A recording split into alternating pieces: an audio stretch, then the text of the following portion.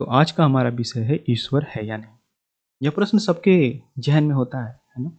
चलो आपने सोचा कि ठीक है, डर से मैं ईश्वर को नहीं मानता, मैं खोजूंगा। तो खोज की शुरुआत कहाँ से करोगे? कुछ ना कुछ तो आपको सोचना पड़ेगा पहले उस पर, है ना। क्योंकि मन तो यूं ही मौन नहीं होगा, उसको भी तो तर्क चाहिए ना। जब सारे तरफ से तर्क ये समर्थन करता है कि मौन ही अंतिम जरिया है उस सत्य को जानने का, तभी जा करके आप उस सत्य को जानते हो। ये जो भी सत्य, आपका जो सत्य है, आप उसे जान पाते हो।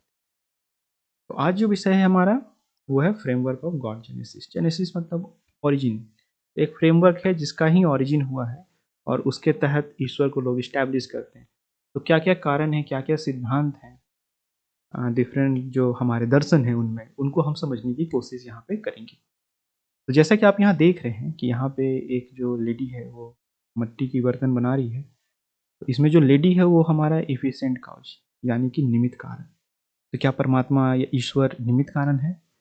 फिर ये जिस चीज से बना रही है वो तो मिट्टी है, तो क्या मिट्टी हमारा उपादान कारण, यानी परमात्मा क्या उपादान कारण है? इन बातों को हम समझने की कोशिश करेंगे, कैसे स्टैब्लिश करते हैं। ठीक है। और वास्तव में वो है या नहीं, या मात्र हमारा भ्रम है, या समाज का फैलाया हुआ एक तरह का मिथ्य है, इसको समझने की कोशिश करें। थोड़ा थ्योरी है, इसको थोड़ा सा समझ लीजिए। चलिए, तो पहला है निमित्त कारण, जिसका अर्थ होता है ऐसा कारण जो वस्तु या क्रिया के निर्माण या उत्पत्ति में प्रेरक है, संचालन करने वाला संचालक है। जैसे ईश्वर संचालक हम मानते हैं, मैं देखेंगे हम लोग। तो निमित्त कारण का मतलब कि कोई ऐसा जो किसी भी चीज की उत्पत्ति का प्रेरक है, संचालक है, वह हमारा निमित्त कारण।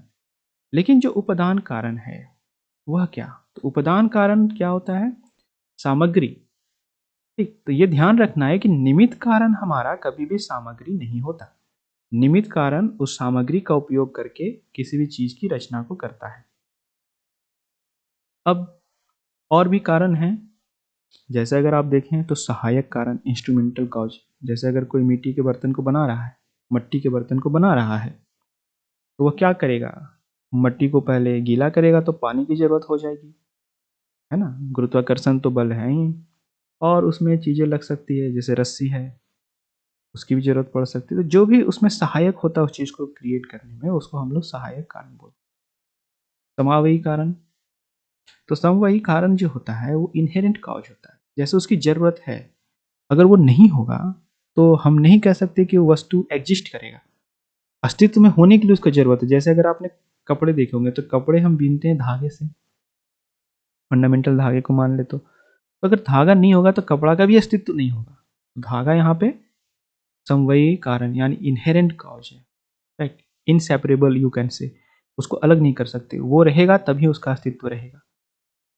असमवयी कारण, नॉट इनहेरेंट कॉज, जरूरी नहीं है कि वो उसमें हो। कार्य कारण, relationship between the cause and effect. जो जनरली हमें पता है कि बीज है, बीज से वृक्ष होगा, बीज से पौधे होंगे। तो जो बीज है हमारा, वो बीज से पौधे होने वाले हैं।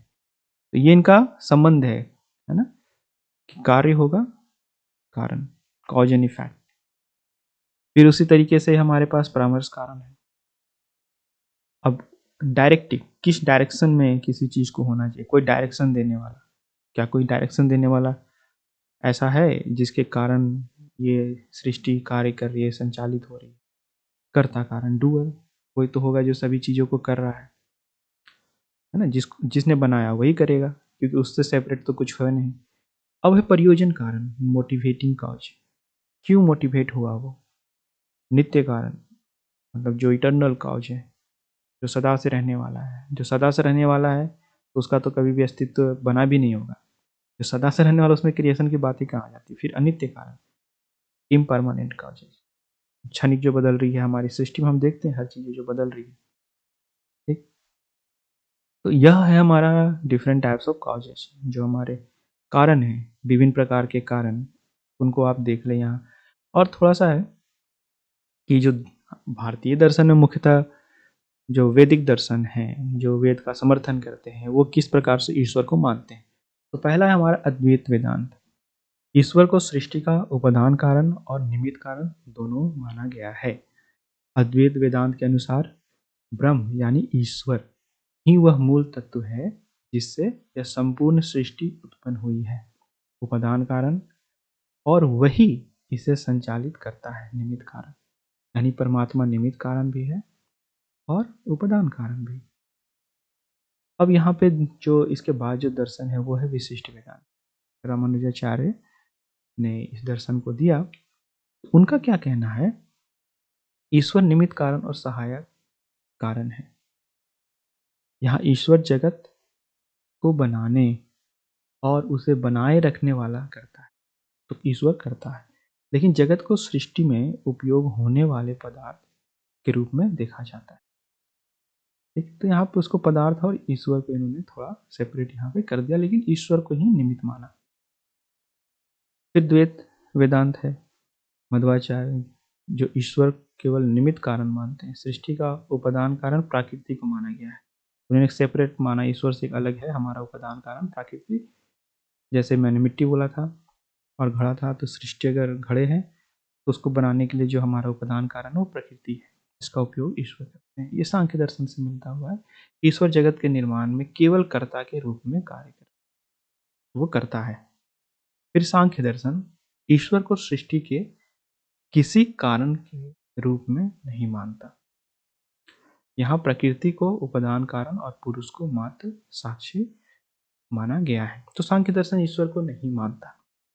ठीक, हालांकि वेद मत को मानता है, लेकिन ये सांख्य दर्शन, इनमें दोनों मत वाले लोग हैं। बाद में और भी दार्शनिक आगे कहने लगे कि नहीं मानते हैं, क्योंकि वेद की ऑथोरिटी उनको स्टैब्लिश करनी थी, लेकिन सांख्य दर्शन वास्तव में नहीं मानता है। अब न्याय और वैशेषिक दर्शन को देखें। इन प्रणालियों में ईश्वर को केवल निमित्त कारण माना गया है। न्याय वैशेषिक दर्शन में अगर देखें तो ये किस तरह से माना है? परमात्मा को, ईश्वर को निमित्त कारण माना गया है। सृष्टि की समय उपादान कारण परमाणु या अन्य मूलभूत तत्वों को माना गया है। परमाणु जो है फंडामेंटल एलिमेंट, इन्होंने परमाणु माना और उसी को माना कि उसके कारण ही हुआ है। तो ईश्वर निमित्त है मात्र, तो बनाने वाला है, लेकिन उपादान कारण नहीं है। तो आप देखोगे ना कि भारत के जो मुख्य ये जो वैदिक समर्थन के जो दर्शन है, वो सभी ने ईश्वर को कहीं ना कहीं उपादान कारण, निमित्त कारण माना है, कहीं दोनों माना है, कहीं एक माना है।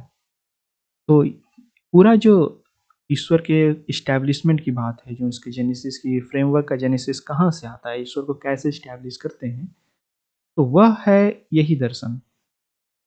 और इनमें मुख्य जो दो बातें हैं, उपादान कारण और निमित्त कारण। निमित्त कारण करने वाला, बनाने वाला, उपादान कारण जिस चीज से बनाया है। ठीक, अब इसके जो समर्थन में नहीं है, जो ईश्वर को नहीं मानते हैं, उनमें मुख्यतः है बौद्ध दर्शन। बौद्ध दर्शन में ईश्वर को सृष्टि के किसी भी कारण के रूप में नहीं माना गया, चाहे वो उपादान कारण हो, चाहे वो निमित्त कारण हो, मटेरियल कॉजेज हो या एफिशिएंट कॉज, उनको नहीं माना गया है। ईश्वर का कोई यहाँ रोल नहीं है। कारण और परिणाम का सिद्धांत, प्रतीत समुत्पाद, जिसको हम कहते हैं डिपेंडेंट ऑरिजिन, उसको माना गया है। जैसे अज्ञानता, अज्ञानता से फिर हमारा तृष्णा, ये सभी एक तरीके का इनका लिस्ट है। उसमें इन्होंने माना है कि उसी से हमारा ये हमेशा चलते रहता है। यहाँ कोई सर्वशक्तिमान ईश्वर नहीं है। उपादान और निमित्त कारण भी इन्होंने नहीं माना है। बौद्ध दृष्टि में कारण दो मुख्य रूप में आते हैं, एक रूट कॉज, मूल कारण, और एक प्रत्यय, कंडीशन, सहायक या प्रेरक कारण। यह प्रक्रिया निरंतर है, लेकिन इसे किसी ईश्वर की आवश्यकता नहीं है। ये खुद में ही इस्टेब्लिश्ड है और यहाँ पे किसी ईश्वर की आवश्यकता नहीं है। राइट। सृष्टि की व्याख्या। बौद्ध विचार यह मानता है कि संसार की उत्पत्ति और अस्तित्व एक शाश्वत कारण कार्य संबंध का परिणाम है, ना कि किसी ईश्वर के द्वारा। मैंने यहाँ रेड लाइन से हाईलाइट भी किया, आप देख सकते हो। तो ये ईश्वर का समर्थन नहीं करता, ईश्वरवाद का समर्थन नहीं करता। वो ईश्वर को मानता ही नहीं कि आवश्यकता है उसकी, कोई आवश्यकता ही नहीं है उसकी। ये जो सृष्टि है वो एक डिपेंडेंट ऑरिजिन है वो, और ये जो बंधन मोक्ष का जो वहाँ कॉन्सेप्ट है निर्वाण का, वो भी इसी पे डिपेंडेंट है। ईश्वर के वहाँ कोई आवश्यकता नहीं है। अब एक और मुख्य है, वो है हमारा जैन दर्शन। तो जैन दर्शन में भी ईश्वर को सृष्टि के निर्माण या संचालन के कारण के रूप में स्वीकार किया गया है? नहीं किया गया है। जैन दर्शन में भी ईश्वर को स्वीकार नहीं किया गया है। तो उन्होंने अनादि और अनंत वाला, इटर्नल और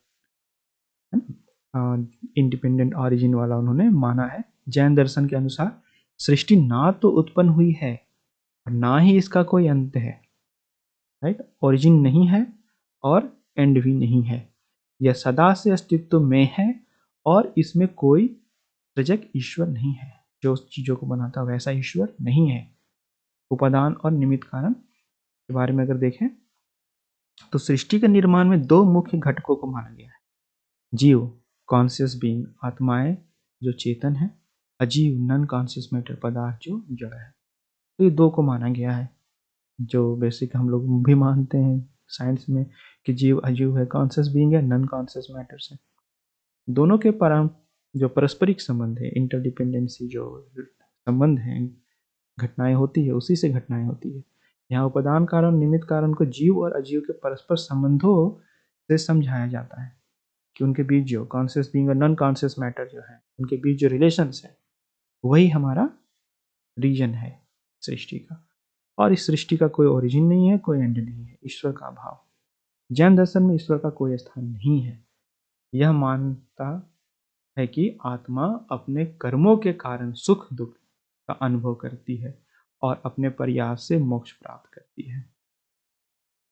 तो आपने देखा कि जैन और बौद्ध जो है किसी भी प्रकार से ईश्वर को एस्टैब्लिश नहीं करते। उन्होंने उपादान कारण और जो निमित्त कारण है उसको माना भी है, तो उनके तत्व ईश्वर नहीं है। अब इसके बाद हम एक बात समझें यहाँ पे, जैसे मैं क्या कह रहा कि सारे दर्शनों को आपने देखा, समझा, है ना। एक तरफ ईश्वर को इस्टेब्लिश करते हैं जो वैदिक ऑथोरिटी को मानते हैं, ऐसे दर्शन जो कि मानते हैं कि ईश्वर है, ब्रह्म, परमात्मा, है ना, किसी भी तरीके से वो इस्टेब्लिश करते हैं। तो वो क्या कह रहे हैं कि निमित्त कारण होना होगा या उपादान कारण। तो अगर निमित्त कारण है परमात्मा, ईश्वर अगर कोई है निमित्त कारण, कुम्हार की तरह जो घड़ा को बनाता है, तो कैसे बनाया होगा उसने? तो सेपरेट मटेरियल जो होगा उसका क्या रोल है? उसमें से किसे आप परमात्मा मानेंगे? उस मटेरियल को मानेंगे या जो उसे बना रहा है उसे मानेंगे? और वो बना रहा है तो क्यों बना रहा है? क्या रीजन है? और उससे अलग होकर के वो बना रहा है या उसके साथ उसमें समाहित होकर बना रहा है? अगर मान लो उसमें समाहित होकर के बना रहा है, क्योंकि अगर आप नहीं मानोगे कि वो उसमें समाहित होकर के बना रहा है ना, जो पदार्थ है यानी उपादान कारण निमित्त कारण दोनों एक होकर के अगर इस सृष्टि को नहीं बना रहे हैं, तो परमात्मा सर्वव्यापी नहीं है। ठीक, अगर वो सर्वव्यापी नहीं है तो वो सर्वशक्तिमान नहीं है। जो सर्वशक्तिमान नहीं है उसकी आराधना पूजा क्यों करना? तो यहां से भी ईश्वर के अस्तित्व होने और ना होने का कोई फर्क नहीं पड़ता आपके जीवन में। और अगर वो उसमें समाहित है, ईश्वर सर्वत्र है, सर्वव्यापी है, छोटे छोटे बच्चियों का रेप हो रहा है, लोगों का मर्डर हो रहा है, हिंसाएं हो रही, युद्ध हो रही है, तो कैसा ईश्वर है? क्या उसकी कोई मॉरलिटी नहीं है? और अगर मॉरलिटी नहीं है तो हम सोसाइटी में मॉरलिटी क्यों चाह रहे हैं, जस्टिस क्यों चाह रहे हैं? Why we are trying to establish the justice. ठीक है, और वो अगर जस्टिस करने वाला है और सर्वशक्तिमान है तो अब तक जस्टिस कर देता। तो यहां भी एक कंफ्यूजन सा आता है। ठीक, देखो ये कहा जा सकता है कंप्लीटली कि कोई ईश्वर नहीं है, सारे आपके कर्म हैं। क्योंकि अगर ईश्वर करता है, सभी चीजें वही करता है, तो सजा उसे ही मिलती है। ठीक है, सब कुछ उसका ही है। फिर आपका प्रयत्न, आपकी जो भी अभिलाषाएं, उसका कोई अर्थ नहीं रहता। तो मैं ये नहीं कह रहा कि आप ईश्वर को मत मानो, लेकिन आप अगर मानते भी हो तो उस पे सब कुछ छोड़ना पड़ेगा आपको। ईश्वर पे ही सब कुछ छोड़ना पड़ेगा, आपका कोई उसमें फिर रोल नहीं रहता। You can not put you there, है ना। जब मैं था तब हरि नहीं, जो कबीर कह रहे हैं ना, वो ये समझाने की कोशिश करें कि अगर ईश्वर को स्टैब्लिश करना है तुम्हें, तो जो कुछ हो रहा है वो ईश्वर कर रहा है। फिर बीच में कुछ नहीं, कुछ भी नहीं, किंतु परंतु कुछ नहीं, है ना। अपना कोई फॉल्ट भी नहीं। अगर कोई बेरोजगार है तो वो भी ईश्वर ने किया, किसी का मर्डर हो रहा वो भी ईश्वर ने किया, किसी का रेप हो रहा वो भी ईश्वर ने किया, कोई मेहनत कर रहा है वो भी ईश्वर ने किया, कोई मेहनत नहीं कर रहा वो भी ईश्वर ने किया। है ना? कोई ठंड से मर जा रहा है, कोई भूखमरी से मर जा रहा है, वो भी ईश्वर ने किया। तो फिर यहाँ पे नैतिकता नहीं आती। जब आप ईश्वर को मान लेते हो कि वही सब करता धरता है, तो फिर नैतिकता का कोई रोल नहीं रहता। यू कैन डू एनीथिंग, क्योंकि तुम नहीं कर रहे, फिर ईश्वर कर रहा। ठीक है? और अगर आप नैतिकता को लेकर के आओगे, जस्टिस को लेकर के आओगे, तो आपको ये मानना पड़ेगा कि everybody doing their own action and they are responsible for it. तो फिर उसमें आपको मानना पड़ेगा कि ईश्वर नहीं है, ईश्वर का कोई अस्तित्व नहीं है। जैसे जैन धर्म वाले मानते हैं, क्या मानते हैं? जो कॉन्शियस बीइंग है और नॉन कॉन्शियस बीइंग है, चेतन और जो निर्जीव है, जो चेतन जीव है और अचेतन जीव है, उनके बीच जो इंट्रैक्शंस हो रहे हैं, उनके कारण ही ये सारा जगत बना है, कार्य कर रहा है। और जगत का कोई इनिशियल नहीं है और फाइनल नहीं है। और वो मुक्ति और मोक्ष को यही मानते हैं कि जो व्यक्ति कैवल्य तक पहुंच जाता है, उस ज्ञान को समझ जाता है, वो मुक्त हो जाता है। वैसे आपका बौद्ध धर्म में भी है कि ये जो इंटरडिपेंडेंसी है, हमारी अज्ञानता जो होती है, उसके कारण इंद्रिय ये सब हमारे एग्जिस्टेंस में आते हैं, फिर हम तृष्णा में फंसते हैं। तो फिर लेकिन ईश्वर का कहीं रोल नहीं। देखो, एक कथा, एक कहानी छोटी सी है जो कि आपने सुना होगा कि जब किसी को, एक जो शिकारी है, उसने किसी युवक को तीर मार दिया, तो वहां से जो राहगीर गुजर रहे थे, उसमें से एक ने पूछना स्टार्ट किया, किसने मारा, किस दिशा से मारा, किस तरह का तीर है, तीर उसने कैसे बनाया। यह आवश्यकता नहीं है। आवश्यक यह है कि पहले आप उस तीर को निकालें। ईश्वर है या नहीं है उसका कोई मतलब ही नहीं बौद्ध धर्म। वो कहता है कि अगर आपको लगता है कि जीवन में दुख है, उस दुख का समाधान ढूंढो। और उन्होंने उसका समाधान ढूंढ के समझा कि ये तृष्णा है। क्योंकि ये जगत क्यों बनाया तुमने, उसके पीछे तृष्णा है। अगर कोई भ्रम है जो कहता है कि एको वो हम बहुत श्याम, उस परमात्मा ने इच्छा की वो एक से अनेक हो जाए, तो वो भी बंधा इस अनेकता में किसके कारण? इच्छा के कारण, तृष्णा के कारण। तो तृष्णा मूल है। उस तृष्णा मूल को बौद्ध धर्म कहता है कि सारे जो डिपेंडेंसी है उसका कारण। और जब तक डिपेंडेंसी रहेगी तब तक मुक्ति नहीं, क्योंकि इंडिपेंडेंसी मुक्ति है, जैसा कि आप मटेरियल लाइफ में भी देखते हो। तो अब ये आप पे है कि आप किस तरीके से सोचते हो और किस तरीके से सोचना चाहते हो। लेकिन उसमें जो बेसिक एलिमेंट है वो यह है ईमानदारी। जो बेसिक एलिमेंट है वो है कि आप कितना ईमानदार होते हो, कितना मतलब आप अपने सजग होकर के चीज़ों को एनालाइज करते हो, है ना? तो आज इतना ही रखते हैं, बाकी इस विषय पे हम लोग और भी आगे देखेंगे। धन्यवाद।